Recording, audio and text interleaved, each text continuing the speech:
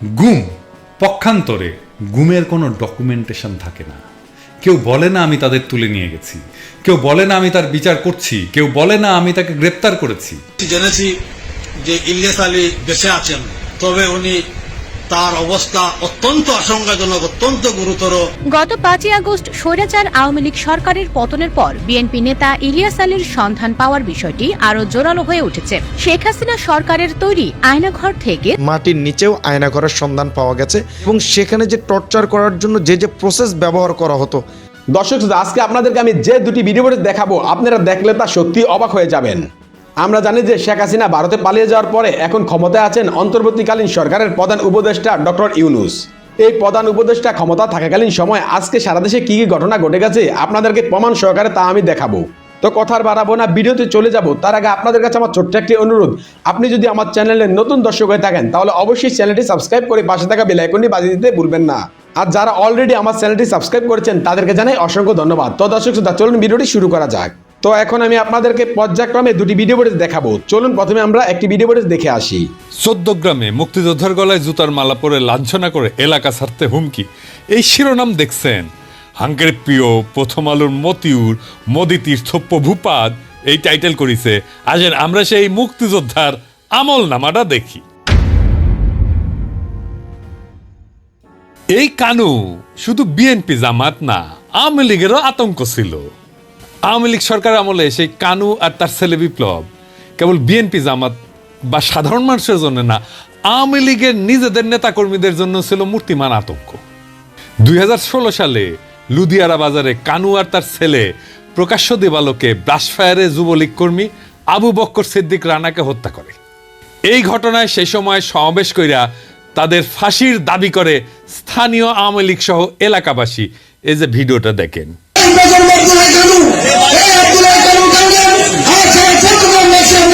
সবাই নির্বাচিত অবস্থায় আছেন, আপনারা সবাই জানেন এই আব্দুল্লাহ কানু নিজেকে আওয়ামী লীগের প্রধানমন্ত্রী দাবি করেন, মূলত সে হল জামাত বিএনপির প্রেতাত্মা। কারণ আজকে মুজিবুর মুজিব সে 86 থেকে যতদিন নির্বাচনে অংশগ্রহণ করেছেন সেই জীবনে কোনদিন মুজিবুর মুজিবের আওয়ামী লীগের নেতাকে সেই ভোট দেয়। তাহলে আমরা তাকে কিভাবে আওয়ামী লীগের নেতা জন্য ব্যবহার করবো? শুধু তাই নয়, সারা জীবন এই এলাকা সহ আশেপাশে এলাকার মানুষের সাথে খারাপ ব্যবহার করেছেন, মানুষেরকে নির্যাতন করেছেন। সর্বোপরি আমাদের প্রবাস প্রত্যাগত আমাদের প্রিয় আওয়ামী লীগ কর্মী রানাকে নৃশংসভাবে হত্যা করেছেন। এই আব্দুল্লাহ কানু নিজের চরিত্রকে ব্যবহার করার জন্য সেই যে কোনো জিনিস যে কোনো কারণে আপনাকে বিপদে ফেলে এই আব্দুল্লাহ কানু কুলাঙ্গার আব্দুল্লাহ কানু। অভিযোগ আছে আব্দুল হাই কানু উপজেলা যুবলীগ নেতা শাহিন হত্যাকাণ্ডে সরাসরি জড়িত ছিল এবং কানুর অত্যাচারে দেশ ছাড়া প্রবাসীরাই গলায় জুতার মালা দেয়। কারণ ওই প্রবাসীদেরকে বিএনপি জামাত তকমা দিয়া এলাকা ছাড়া করত এই কানু। কানুর বিরুদ্ধে হত্যা মামলা সহ কমপক্ষে 8টা মামলা চলমান আছে। টানা 2 বছর জেল খেটে গত 5ই আগস্টের কিছুদিন আগে জামিনে বের হয়েছিল। তার ছেলে বিপ্লব একাধিকবার জেল খাটছে। বড়ই কামেল পরিবার আর কি। এর আগে স্থানীয় সরকার নির্বাচনে ভোট ডাকাতি, সংঘর্ষ, সংঘাত, সন্ত্রাস এই সমস্ত বহু অপরাধের ঘটনায় সরাসরি জড়িত এই কানু। আর মানুষের পাশেই পা ধরে ওই শাহিনের জানাজায় ক্ষমা চায়। ওই যে শাহিনের কথা কইলাম আর কি। আসেন এই শাহিনটাকে এটা একটু দেখি। 14 গ্রাম উপজেলা যুবলীগের যুগ্ম সম্পাদক শাহিন কুমিল্লা কারাগারে মারা যায়। এই মৃত্যুটা স্বাভাবিক ছিল না। কথিত আছে শাহিনকে কানুই হত্যা করে জেলখানার মধ্যে। তো এই শাহিনের জানাজায় আসলে এলাকাবাসীর তোপের মুখে পড়ে। সেই সময় ওই সবার কাছে হাত জোর করে ক্ষমা চায়, মাঝে মাঝে হাত জোর করে ক্ষমা চায়। এরপর ওই নিজেই আওয়ামী লীগের নেতাকর্মীদের হাতে কয়েক দফা মারধরের শিকার হয়। তখন মুক্তিযোদ্ধার খবর আসিল না, যেহেতু আওয়ামী লীগ মারিছে তাই কোনো সমস্যা নাই। এই আওয়ামী লীগের 16 বছর এই কানু অন্যের বাড়িতে ভাঙচুর, বিএনপি জামাত তকমা দিয়া অসংখ্য অগণিত মানুষকে এলাকা ছাড়া করা, প্রবাসে পাড়ি জমাইতে বাধ্য করা, এমনকি তার নিজের দলীয় কর্মীদের মারধর এবং হত্যার মতো গুরুতর বিষয়ে অভিযুক্ত। এর আগে 2000 সাল পর্যন্ত আওয়ামী লীগের আমলে নানা ঘটনায় আলোচিত ছিল এই কানু।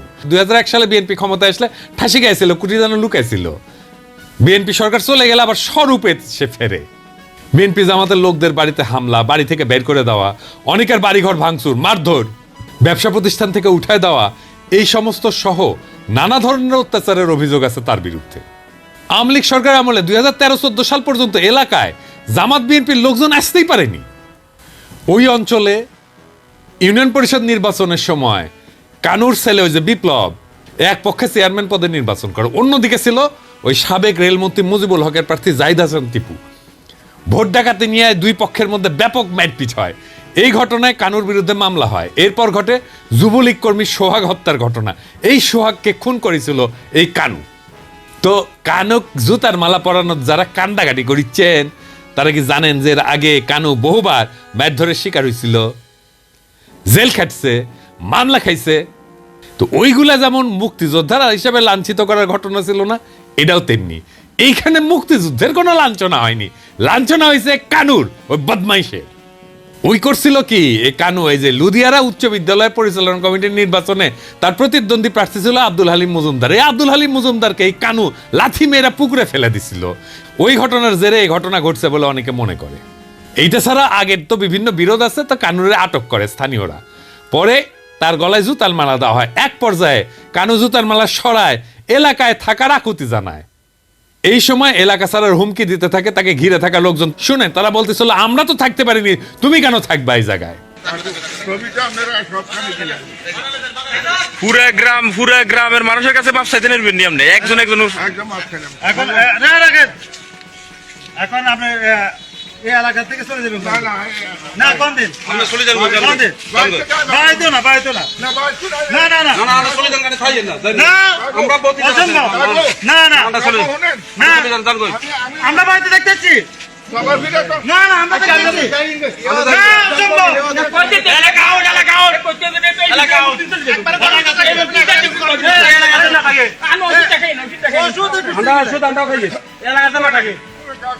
ওই সময় সে দুই হাত তুলে ক্ষমাও চায়। ওই অঞ্চলে কেউ ঘর বাড়ি বানাইতে গেলে সে ওখান থেকে চাঁদা নিত। এই যে আব্দুর রহমান অভিযোগ করছে, যার ভাইকে লাথি মেরে পুকুরে ফেলে দিছিল, সে বলছিল যে ওর ভাইয়ের কাছ থেকে 26 লাখ টাকা চাঁদাবাজি করে। এমনকি সে যখন ঘর নির্মাণ করে আব্দুর রহমান, তখন তার কাছ থেকে 7 লাখ টাকা চাঁদা দাবি করে। চান্দাবাজ এক বদমাইশ মুক্তিযোদ্ধা সাজিছে। তোর মুক্তিযোদ্ধার গোষ্ঠী কিলাই। একজন সাবেক ইউপি সদস্য এবং অবসরপ্রাপ্ত সেনা সদস্য আব্দুল হক, সে বলছে যে কানু গত 17 বছরে এলাকায় সন্ত্রাসের রাজনীতি কায়েম করছে, একাধিক হত্যা, বাড়িঘর ভাঙচুর, চাঁদাবাজির সাথে জড়িত, এবং স্থানীয়রা আগের ক্ষোভ থেকে ঘটনা ঘটাইছে। আর এই ঘটনায় জামাত 2 জনকে বহিষ্কার করে দিয়েছে দল থেকে, এবং মুক্তিযোদ্ধাকে লাঞ্ছিত করার নিন্দা জানাইছে। আবার জড়িতদের গ্রেপ্তার দাবি করেছে। পোপের চাইতে বড় ক্যাথলিক হয়েছে জামাত। বিএনপি আবার মিছিল করেছে এই অপমানের প্রতিবাদে।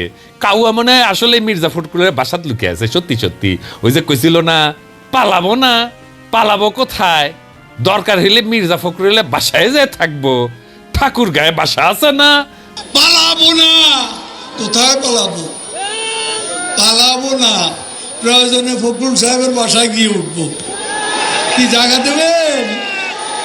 না হলে ঠাকুর গায়ের বাড়ি আছে, ওই বাড়িতে গিয়ে উঠবো।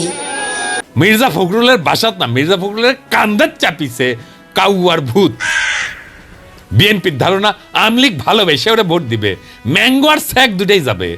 আওয়ামী লীগ ভোট দিবি না বিএনপি, আর বিএনপির ভোটাররা কোনো আওয়ামী রক্ষককে ভোট দিবি না। Case clear. জামাতকেও ভোট দিবি না, ওরা ভোট দিতেই যাবি না।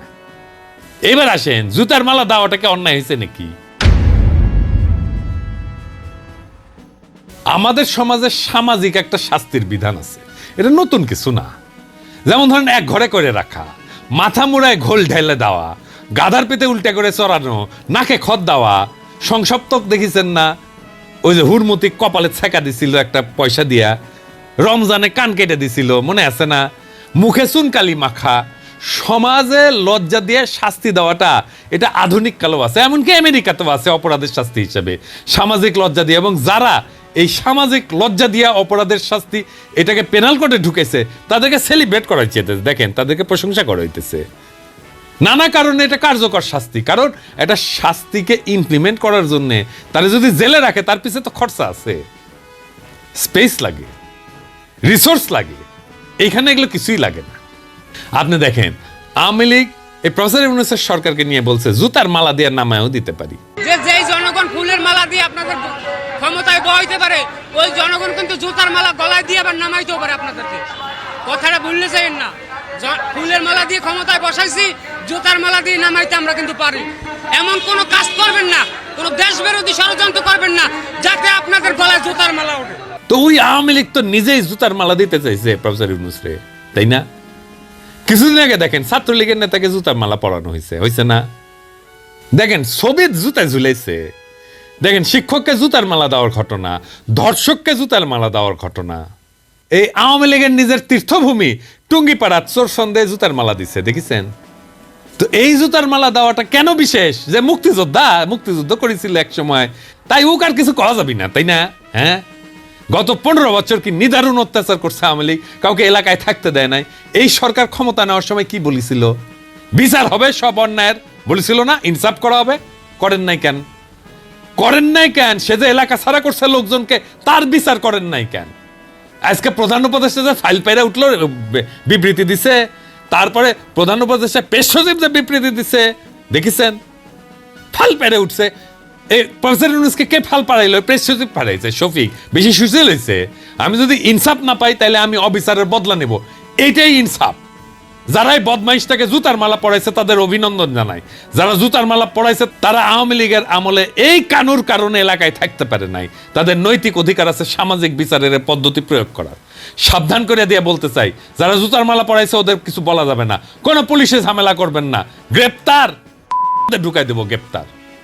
কোনো পুলিশে ঝামেলা করবেন না, যদি ওদের কিছু হয় 100টা জায়গায় জুতার মালা পড়াইতে বলে দেবো, সামলাইতে পারবেন না কলে। ভাইবা দেখেন সাইধা প্যারা নিতেছেন কিনা। খুনের মামলায় অভিযুক্ত বুইড়া সন্ত্রাসী খাটাস আজ মুক্তিযোদ্ধার ঢালের পিছে লুকায়, আর জামাত আর বিএনপি তার সম্মান রক্ষায় নামে। এই আওয়ামী লীগ রক্ষার নষ্ট রাজনীতি জনগণ না। যেই নতুন বাংলাদেশ উত্থিত হইতেছে, সেই নতুন বাংলাদেশের রাজনীতিতে আওয়ামী লীগের যেমন জায়গা নাই, তেমন আওয়ামী প্রেমিকদের জায়গা থাকবে না। সে যতই আমাদের এলাই হোক, আমাদের যতই একসাথে আন্দোলন সংগ্রাম করুক, তাদের সাথে আমাদের তালাক হইয়া যাবে। আওয়ামী লীগের প্রশ্নে আমরা আপোষহীন। ইনকিলাব জিন্দাবাদ। আশা করছি আপনারা পুরো ভিডিওটি মনোযোগ সহকারে দেখেছেন এবং এখানে কি বলা হয়েছে তাও বুঝতে পেরেছেন। এ বিষয়ে নিয়ে যদি আপনাদের কোনো মতামত থাকে তাহলে অবশ্যই তা কমেন্ট করে জানাতে পারেন। এখন চলুন আমরা আরো একটি ভিডিওটি দেখে আসি। Remember it, I am Ilias Ali.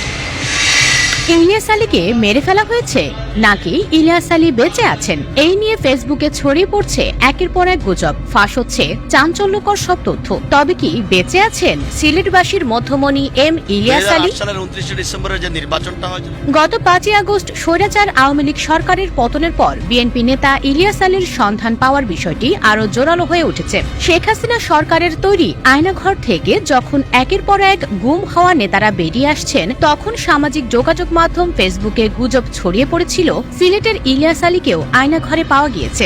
কিন্তু সেই গুজবে জল ঢেলে দিয়ে বাংলাদেশ পুলিশের মাসুদ রানা নামের একজন এসআই লাইভে এসে জানান যে এম ইলিয়াস আলীকে অনেক আগেই হত্যা করা হয়েছে। দুঃখজনক সংবাদ, তাকে অনেক আগেই হত্যা করা হয়েছে।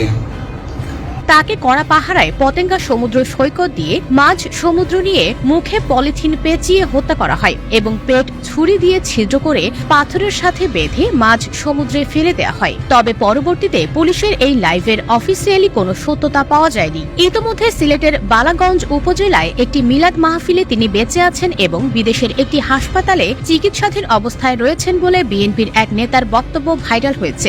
এর পরপরই নতুন করে শুরু হয়েছে আলোচনা। তবে পরিবারের পক্ষ থেকে বলা হয়েছে এগুলো সবই গুজব। বিএনপির কেন্দ্রীয় কমিটির সাবেক সাংগঠনিক সম্পাদক, সিলেট 2 আসনের সাবেক এমপি ও জেলা বিএনপির সাবেক সভাপতি এম ইলিয়াস আলী 2012 সালের 17 এপ্রিল ঢাকার বনানীর বাসায় ফেরার পথে গাড়ি চালক আনসার আলী সহ নিখোঁজ হন। তাকে ফিরে পাওয়ার দাবিতে তখন দেশ জুড়ে বিক্ষোভ হয়। এরপর থেকেই তাকে ফেরত পাওয়ার দাবিতে দেশ জুড়ে বিভিন্ন কর্মসূচি পালন করে আসছে বিএনপি ও অঙ্গ সংগঠনগুলো। 6 আগস্ট ইলিয়াস পত্নী তাহসিনা রুশদির লুনা ফেসবুক পোস্টে লেখেন, আয়না ঘরের অনেকে ফেরত আসছে, আমার স্বামীকে ফিরিয়ে দিন। এছাড়া তার ছেলে মেয়েও তাদের বাবাকে ফেরত চেয়ে পোস্ট করেন। তবে গত মঙ্গলবার বালাগঞ্জ উপজেলার গফরপুর মাদ্রাসায় খতমে মিলাদ মাহফিলের পরপরই আলোচনার ধরন অনেকটা পাল্টে যায়। ইলিয়াস আলীকে নিয়ে ফের শুরু হয় তোলপাড়।